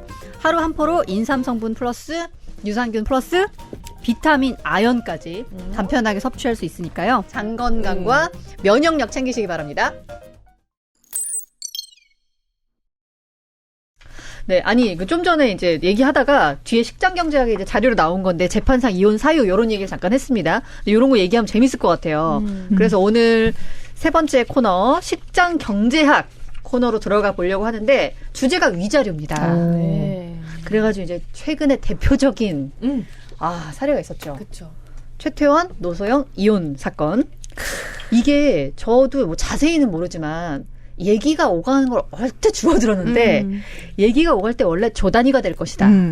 일조 청구했죠? 네, 되게 굉장히 파다했는데 그거에 비해서는 진짜 너무 낮게 받은 거죠. 그렇죠. 너무 인정이 많이 안 됐죠. 그래서 막 사람들이 얘기하면서 사실상 패소 아니냐. 열받겠다 그러게. 했는데 자 위자료 얘기를 한번 해보겠습니다. 네, 많은 분들이 보면은 위자료하고 재산 분할하고 제일 많이 혼동하시더라고요. 그래서 막 그래 위자료 얼마까지 받을 수 있냐. 근데 위자료는 사실 정해져 있잖아요, 우리나라는. 그러니까 모든 의뢰인들이 와서 하시는 말씀이 이거는 거의 뭐 국룰이야. 3천만 원? 그죠. 위자료 3천만 원? 거의 국룰처럼. 5천 되게 특이한 케이스죠. 그렇죠. 네, 그렇다고 하더라고요. 맞아. 엄청 적더라고요, 생각보다. 근데 몰라가지고 위자료 뭐 10억까지 받을 수 있냐 뭐 이런 분들 되게 많거든요. 근데 이제 위자료는 한정돼 있다. 근데 요즘에는 네이버나 뭐 이런 데서 많이 이제 좀 어떤 정보들이 많이 노출이 되어 있어서 예전처럼 막 뭐 10억 위자료 받을 수 있어요. 이렇게 허무맹랑한 이야기를 하는 사람은 그렇게 많지는 않아요. 3천만 원 정도 저도 알아보고 왔습니다. 맞아. 이렇게 얘기하시는데 유튜브에 맞아. 변호사님들이 되게 많이 맞아, 올려놨더라고요. 맞아. 네. 많이 보셨나 봐요. 네네. 검색 좀 해봤어요. 네. 알아야 되니까요, 뭐든지. 네, 그래서 최태원, 노소영 이혼에서는 이제 원고 최 회장이 피고 노관장에게 위자료 1억 원. 이것도 사실은 이제 워낙 재산이 크다 보니까 이렇게 되나 봐요. 위자료 1억 원에 재산 분할 665억 원을 지급하라고 판결이 났다라고 나와 있습니다. 근데 이게 제가 기억하기로는 네. 원래는 이제 노소영 관장이 이혼에 동의를 안 했었던 걸로 맞아요. 제가 기억을 해요. 오랫동안. 그런데 그 최태원 회장이 혼외 자식이 있고 네. 이제 제2의 사모님이 네네. 계셨었잖아요. 네. 그분과 본격적으로 이제 살림을 차리고 그렇죠. 그렇게 하는 게 이제 언론 통해서 노출되고 이렇게 하다 보면서 이제 더 급물살을 탔던 걸로 기억을 하는데 사실 우리 유명인들 사건들 중에서는 홍상수 김민희 사건 같은 경우에 홍상수 감독과 김민희 배우도 사실은 혼인 관계는 아닌 거잖아요. 네. 아직 이혼 안 했잖아요. 아직 이혼을 못했죠. 그래도 홍상수 감독이 이제 그 사모님 처분 배우자분과 이혼을 하기 위해서 이혼 청구를 했었지만 그 유책 배우자이기 때문에 유책 배우자의 이혼 청구는 받아들일 수 없다라는 재판부의 판결에 따라 이혼에 실패했죠. 이혼에 실패를 했고 결국엔 지금 이제 내연 관계, 불륜 관계로 계속 이어지게 되는 거잖아요. 근데 마찬가지로 최태원 회장의 이제 혼외 자녀 이런 것들 제2의 사모님 이런 것들이 노출이 됐기 때문에 사실은 유책 배우자인 건 맞잖아요. 네. 유책 배우자인 거거든요. 그리고 여러 가지 이제 수면 밑에 가라앉아 있는 여러 가지 사건들이 있는데 제가 그걸 다 말씀드릴 수는 없고 아무튼 그래서 유책 배우자의 이혼 청구이기 때문에 이게 받아들여질까? 처음엔 이게 관건이었는데 이제 이혼에 동의하면서 노소영 관장이 이혼에 동의하면서 결국 이혼 판결에 이르게 된 건데 그렇게 되면은 혼인 파탄의 책임이 누구에게 있느냐? 가 위자료의 관건이 될 것이고 또한 이제 재산 분할. 결국에는 위자료와 재산 분할을 나눠서 생각을 해보면 위자료란 혼인관계 파탄의 원인을 제공한 사람이 그렇지 않은 상대방에게 정신적 손해배상을 하는 것이고 그리고 재산분할은 혼인 기간 중에 부부의 공동의 노력으로 형성한 재산으로서 누구 명의든지 상관없이 형성된 재산이면 일단 부부의 공유 재산으로 추정이 되고 그게 이제 재산분할의 대상이 되는 거거든요. 그러면 이 사건에 돌아와서 보면 위자료가 1억 원이 나왔다라고 하면 혼인 파탄의 주된 책임이 당연히 최 회장에게 있다고 보여진 거고 네. 판단이 받은 거고 재산 분할도 665억 원 밖에 청구한 금액이 1조인데 665억 원밖에 인정이 안 된 것은 결국에는 최태원 회장이 갖고 있는 주식의 주식 대부분이 사실 특유재산으로 재산분할 대상에 으로 인정이 안 됐던 걸로 저는 보여지고 제가 판결문을 확인한 건 아니지만 또한 그 이제 기여도를 판단함에 있어서도 5대5로 판단이 안 됐을 거라고 생각이 들어요. 이 정도로 적은 금액이라고 한다면. 그래서 대부분의 재산이 아마도 주식 이제 대부분의 재산이 특유재산으로 재산분할 대상으로 산입이 안 됐을 가능성이 높고. 주식은 원래 재산분할 대상이 아니에요? 아니. 혼인 기간 중에 형성된 재산이라고 하면 무조건 부부 공유재산으로 추정이 돼서 재산분할 대상이 맞지만 상속을 받았거나 증여를 받았거나 혼인 전에 이미 형성되어 있었던 것들에 대해서는 그 일방의 특유재산으로 봐서 재산분할 대상에서 제외를 시키는 거죠. 그러면은 위자료가 1억 원인 거 자체에 좀 의미가 있다고 봐야 돼요? 1억 원, 1억 원도 상당히 그 서울 가정법원의 여러 사건들 기준으로 봤을 때는 이례적으로 큰 금액인 건 맞아요. 그렇지만 사건에 이제 오랜 기간 동안 어쩌보면 불륜이 있었었고 그런 금액 산정하는 게 굉장히 애매하죠. 그러네.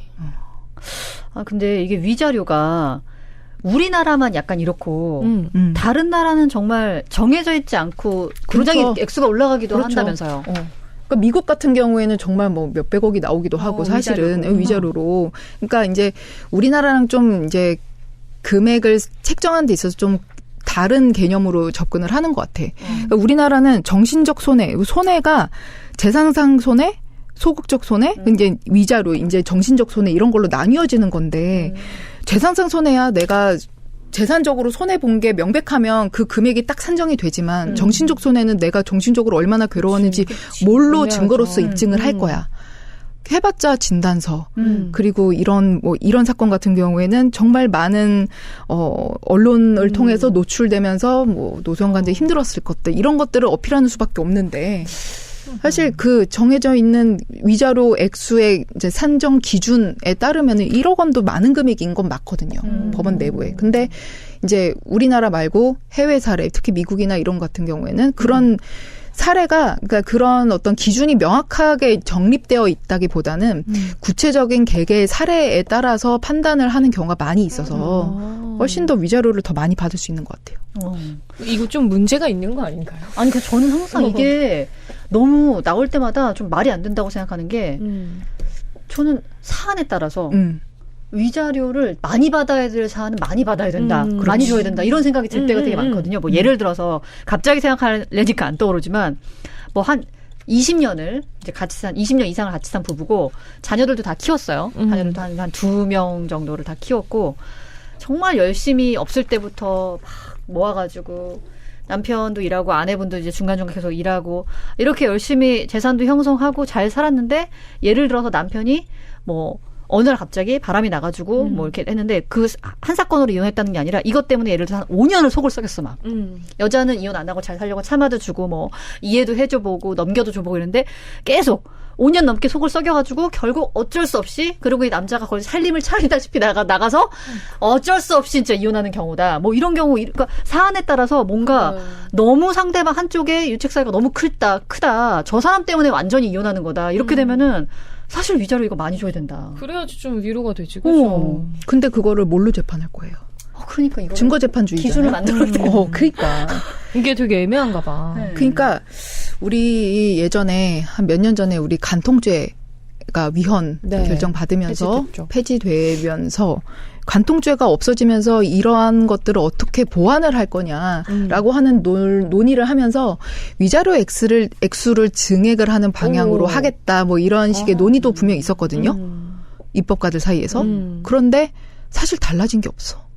근데 저는 간통하는 그 현장을 잡기 위해서 모텔 현장에 쳐들어간 당사자로서 콘돔 껍데기를 휴지통에서 주워서 사진을 찍는 그 증거 재판을 해야 되고 그런 나는 그 현장을 목격한 사람으로서 간통죄가 없어진 대신에 그러면은 위자료 확실하게 몇 억씩 쥐어줘야지만 사실 정신적으로 솔직히 정신적 손해라고 해봤자 내 머릿속에 있는 걸 어떻게 꺼내 보일 거야. 맞아요. 내가 참아오고 인내했던 것들을 어떻게 증거로서 내보일 거야. 그거 쉽지 않거든요. 그러니까 이렇게 확실한 귀책 사유가 있는 사건의 경우에는 확실한 보상을 줘야지만 되잖아요. 네. 그래서 재산 분할을 떠나서 어느 한 명의 잘못이 굉장히 너무 그 비난의 정도가 매우 크다라고 하면 확실하게 위자료를 억 단위로 인정을 해줘서 돈으로 어디 가서 전세라도 얻어야 될 거 아니야 이혼하면 그래. 재산 분할 떠나서 그래 재산 분할은 재산 분할이고 그렇지. 그래서 저는 간통죄가 없어졌으니까 이렇게 확실한 불륜 관계라든지 이런 좀 잘못이 명백한 사건에서는 조금 더 위자료를 증액하는 그런 논의가 좀 필요하지 않을까라는 생각은 들어요. 맞아. 필요합니다. 진짜로. 맞아요. 저는 위자료 생각할 때마다 약간 열받아요. 조금. 우리 고모님. 네. 정말 자질이 잘못- 충분하죠. 충분해. 네. 잘못돼 있다. 자꾸 뭔가. 탐나. 듣고 갖고 싶은 이력서 분이야. 빨리 보내세요. 네. 그리고 이어서 재판상 이혼 사유를 한번 보겠습니다. 왜냐하면 이거 되게 많이 궁금해하시더라고요. 언제 예를 이혼할 수 들어서 있는가? 예를 들어서 뭐 제 케이스가 이혼 사유에 해당되나요? 이거 뭐 유책 사유에 해당되나 이런 거 궁금해하시는데 이게 딱 6호까지 딱 정의가 돼 있는 거예요? 그렇죠. 민법 요거를 840조. 한번 하나씩 볼까요? 일단은 이혼 사유로 해당되는 건 1호부터 6호 요 사유 안에 다 들어가야 되는 거죠. 그렇죠. 자 1호 배우자의 부정한 행위가 있었을 때 바람이지 이거는. 바람인데 자 이것도 저는 몰랐습니다. 부정한 행위가 이제 바람이라고 통칭을 하는데 예를 들어서 그럼 바람의 기준을 어디다 정할 거야? 그러지. 그러지. 그러지. 기준이 뭐예요? 공부를 해야 되는 건가? 기준이 있어요? 근데 되게 보니까 기준이 애매모호하죠. 애매모호하면서도 진짜 아무것도 아닌 것도 기준에 들어가더라고요. 들어가려면 들어가더라고요. 그쵸? 맞죠? 마음만 흔들렸어도 사유가 되나요? 마음만 흔들린 건 보이지 않잖아요. 아 그래요? 근데 카톡으로 마음 흔들린 게 보였다. 이러면 증거가 되지 돼요? 않습니까? 자기야 하나면 끝났어.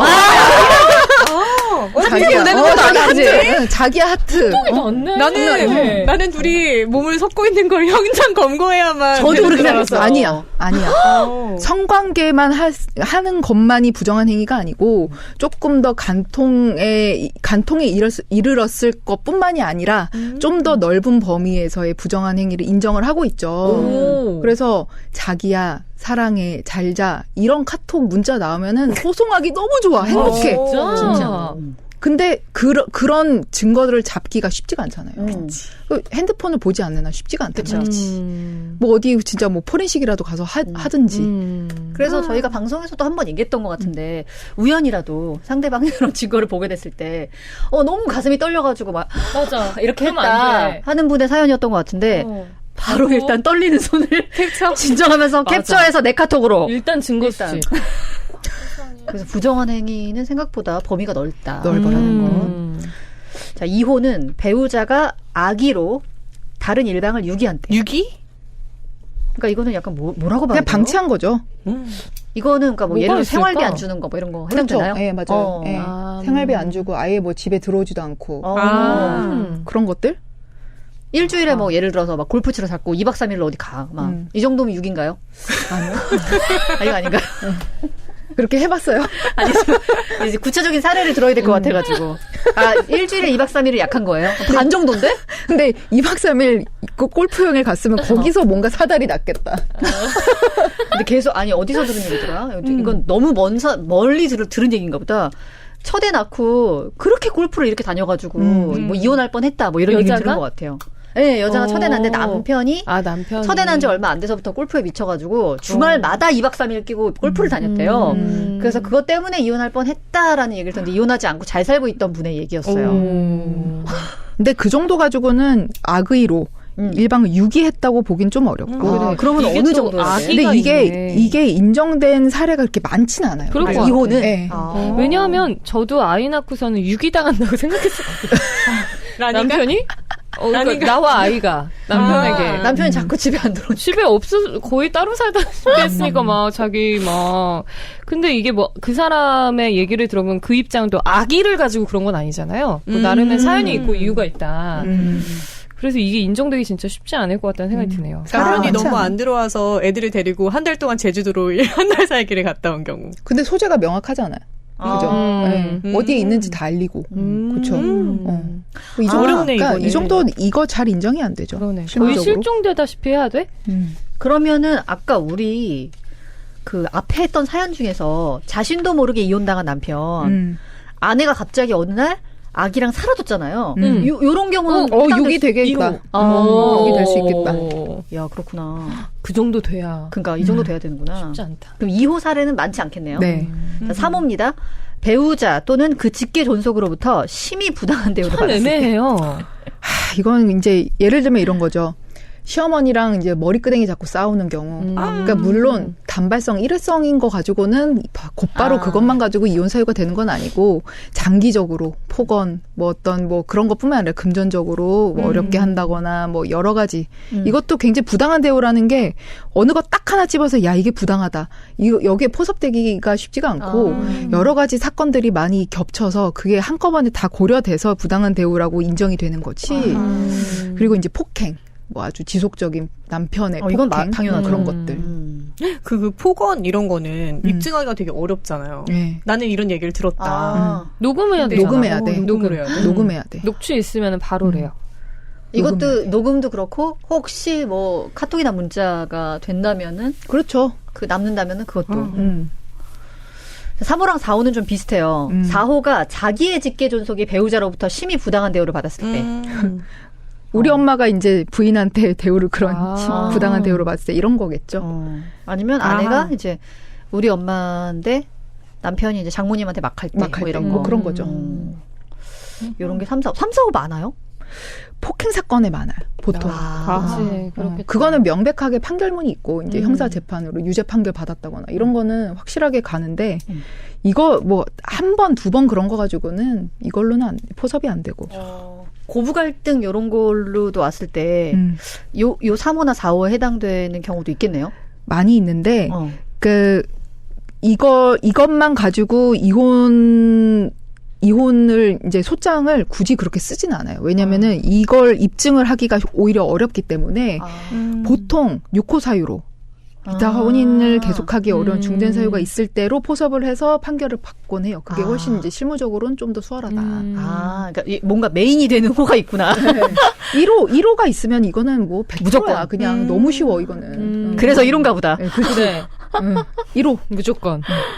자, 그리고 5호가 배우자의 생사가 3년 이상 분명하지 않은데. 이거 슬프다. 이건 어떻게 된 거죠? 이거는 실종 이런 건가? 어떻게 하면 이렇게 되지? 그러니까. 잠적해 버리는 거지. 그러니까 혼자 그냥 잠수 타는 건가? 너랑 살기 싫어 이러고. 이런 케이스를 보신 적은 없으시죠? 저는 없었어요. 전 있어요. 저희 그 둘째 산후놈이 오셨을 왜 때 이렇게 사건이 많지? 은근히 사건이 아이콘이야. 오셨는데 그러면서 자꾸 울어. 되게 담담하게 자기 스토리를 이렇게 얘기를 해주시는 거예요. 어. 근데 자기가 뭐 옛날에는 남편이 어떤 브랜드의 뭐 사장님이었다고 저희가 아는 브랜드예요. 근데 어느 날 남편이 사라졌어. 애가 둘째가 돌도 안 됐는데 남편이 사라졌대요. 그럼 회사로 가면 되잖아. 그 브랜드 회사도 부도가 났죠. 아. 그러고 나서 부도가 잠깐 피해 있다가 올 줄 알았는데 그 후로 연락이 안 돼? 와. 돌아가셨나? 그래서 나중에는 결국에는 실종 신고를 했다고 들었는데 아무튼 그런 경우가 있긴 있더라고요. 신기했어. 아, 근데 갑자기 좀 무서운 생각인데 부도 나서 도망갔다가 그렇게 된 거면 진짜 실종된 걸 수도 있겠네요. 그쵸. 근데 자기는 아직도 살아있다고 믿고 싶다고 하시더라고요. 너무 슬프다. 와, 이게 진짜 이거 되게 드문 케이스인데 있긴 그렇죠. 있구나. 너무 이게 표정 관리 안 되더라고요. 그 얘기를 너무 담담하게 하시니까. 그분은 또 이제 시간이 많이 지나셔가지고 얘기하실 수 있구나. 자, 그리고 이제 마지막 6호가 앞에서부터 계속 얘기한 기타, 혼인을 계속하기 어려운 중대한 사유가 있을 때인데 중대한. 근데 이게 이제 뭐 어쨌든 얘랑 이혼하는 온갖 잡다한 이유가 다 웬만하면 6호 들어가는 거잖아요. 다 포섭시킬 수 있죠. 그리고 제일 중요한 거는 이 둘의 관계가 회복하기 어려운 상태에 이르렀다는 게 어느 정도는 보여야 되는 거죠. 아까 말씀드렸다시피 계속 왕래하면서 뭐 예전처럼 잘 지내. 뭐 그런 상황이라고 하면 사실은 6호 사유에 포섭이 안 되고 정말 더 이상 얘네 둘은 더 이상 뭐 화해할 그럴 기미도 없고 그래서 보통 이런 거 이제 법원에서 이제 그러니까 이혼 이제 절차 진행 중에도 상담을 붙인단 말이에요. 뭐 이제 부부 관계 상담, 뭐 자녀 양육 관한 상담 이런 거 상담을 10회를 다 받았는데도 그 상담사가 보고서도 올릴 거잖아요. 얘네 둘은 글렀다. 뭐 이런 식으로 회복 불가능하다라는 그런 의견이 나오면 6호 사유에 따라서 이혼이 되는 거지. 근데 사실 한쪽이 잘못한 게 없으면은 둘 사이가 파탄 났다고 해서 이혼을 하는 거는 원래는 어렵지 않아요? 어렵죠. 그쵸. 이혼 사유가 있어야 되니까. 그래서 이거를 딱히 이혼 사유가 없는데 이혼을 하고 싶다. 근데 협의혼 안 될 것 같아. 그런 분들은 일단 소장 접수하고 상담 다 받고 더 이상 나는 뭐 회복 불가능한 그런 정도로 만들어버리는 거지. 의도적으로?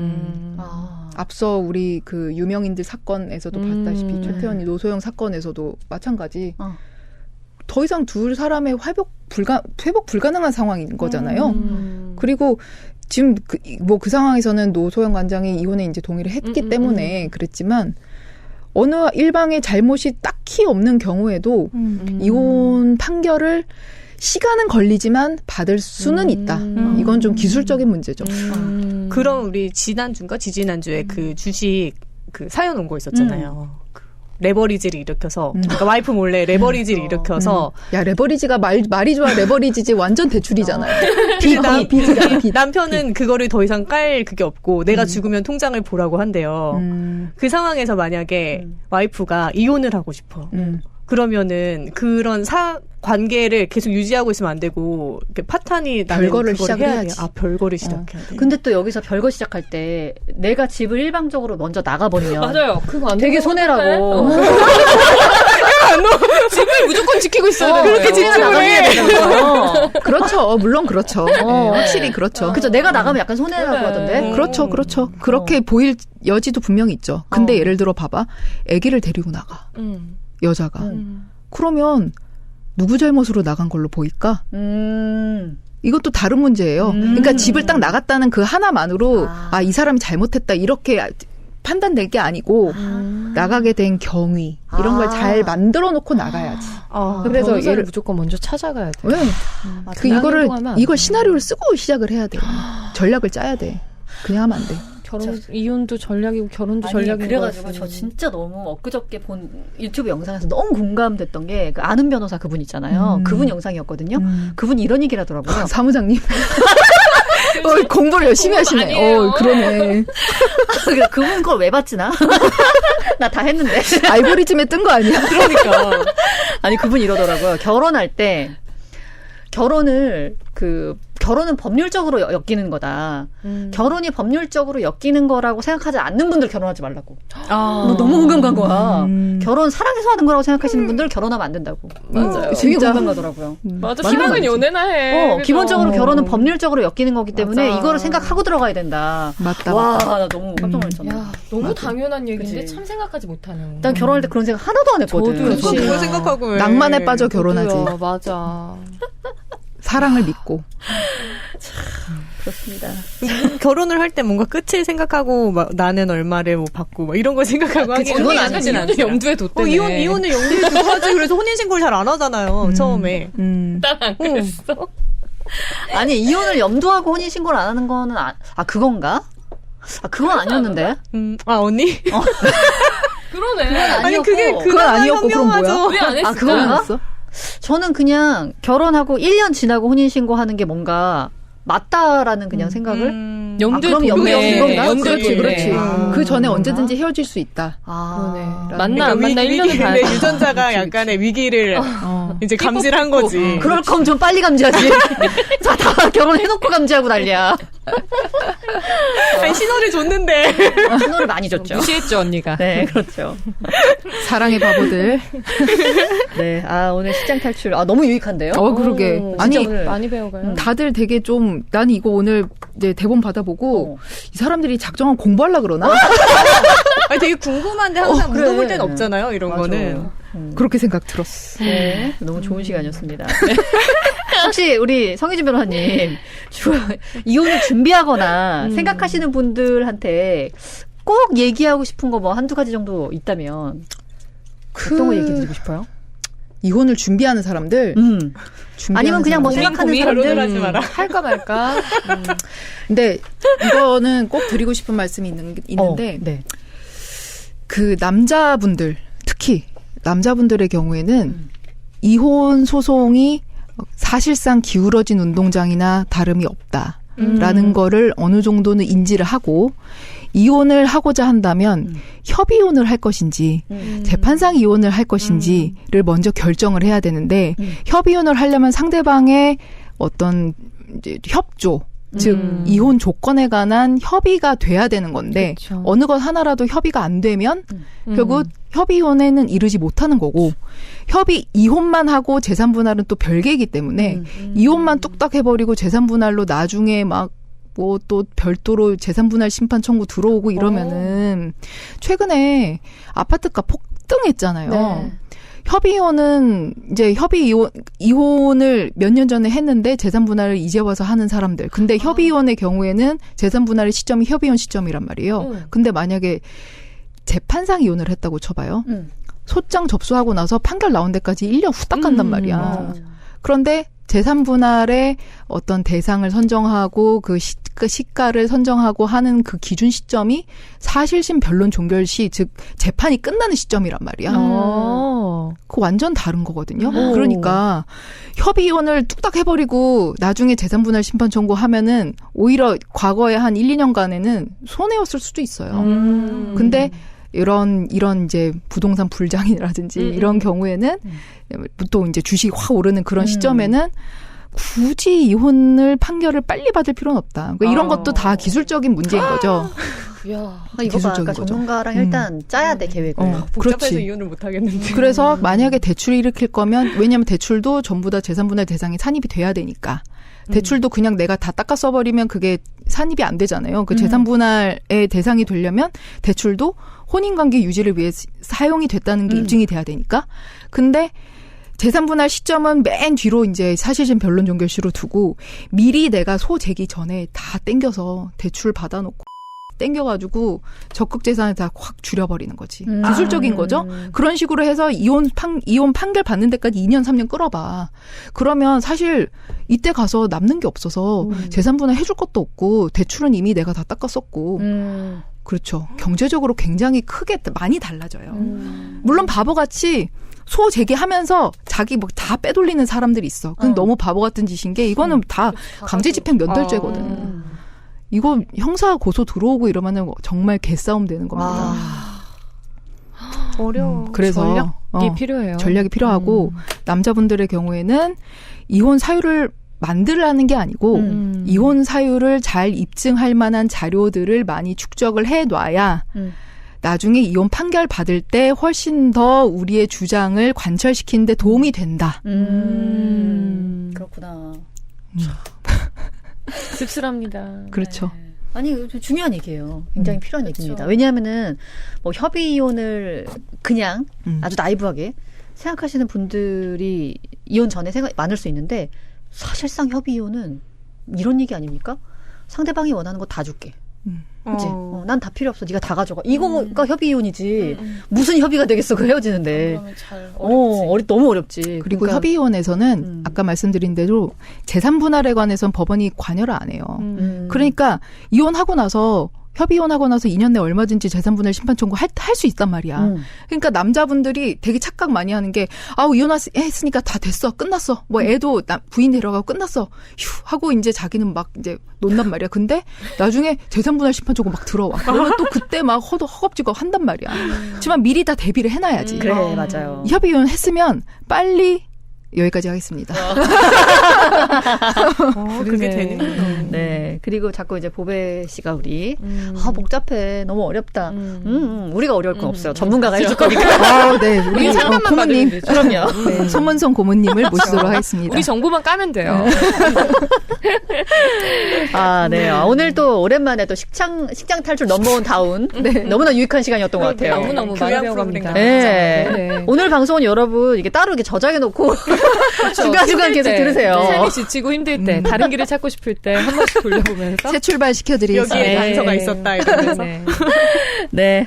성희진 변호사님 함께했습니다. 어떻게 뭐 끝으로 한 말씀 소감 여쭤볼까요? 오랜만에 같이 했는데 끝나 회식할까요? 시간 다 되시나요? 시간 왠지 되시나요? 오늘은 비워놓고 왔죠. 그래서 진짜? 네, 남편한테 이러고 여보 오늘 성면님이 오시는데 이랬더니 너 밑밥 간다. 그리고 안 들리는 척 나왔죠. 안 들리는 척. 그런 거 뒷모습에 숨겨 있었다. 어떤 건지 너무 상상가. 계속 웃으면서 나갔잖아. 근데 대답 안 했는데 웃으면서 할게 이러면서. 고향에 온 느낌이었고 텐션 끌어올려 해갖고 네. 다시 좀 피곤해지네. 괜찮아요. 끝나고 소맥으로 또 땡기면 되니까.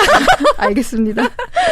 네, 성희진 변호사님 너무 즐거웠고 중간중간 어떻게 한 번씩 이렇게 특집으로 나와주세요. 네, 불러주세요. 감사합니다. 보니까 너무 좋다. 네, 너무 피곤해 보인다. 근데. 네, 맞아요. 네, 자 그럼 식장 탈출 오늘은 여기서 인사드리고 저희 또 다음 주에 만나 뵙겠습니다. 고맙습니다. 감사합니다. 시장 탈출 넘버는 언제 업로드 되는지 얘기 좀 해주시죠. 일단 식장 탈출 넘버원을 들으시려면 팟캐스트 어플리케이션을 다운받으셔야 돼요. 팟빵. 팟빵에서 이제 매주 일요일 아침 8시에 새 에피소드가 올라오고요. 특히 팟빵에는 성희진 정도훈 변호사님이 진행하시는 외전도 있으니까 꼭 놓치지 마시기 바랍니다. 네. 팟빵이 어색한 분들도 있을 거예요. 네네. 풀 버전은 팟빵에서 들으시면 되는데 나는 화면 나오는 게 좋다라고 생각하시면 TVM 가서 들으시면 되죠. 네. 인스타 TVM. 네. 거기에 예능들이 올라오는 채널인가요? TVM은 축구 얘기를 제외하고 좀 긴 호흡의 영상들이 올라가는데 뭐 시장 탈출 넘버원이 쭉 올라가고 있고 또 다른 프로그램도 올라가죠. 재밌는 영상들이 너무 많죠. 그쵸. 식장 탈출 넘버원은 보통 토요일 저녁 6시 좀 넘어가면은 업로드가 되는 것 같더라고요. 그렇습니다. 그래서 그때 맥주 한잔 하시면서 시간대도 딱 좋잖아요. 술 먹고. 그때 편안하게 웃으면서 시청하시면 좋을 것 같습니다. 네.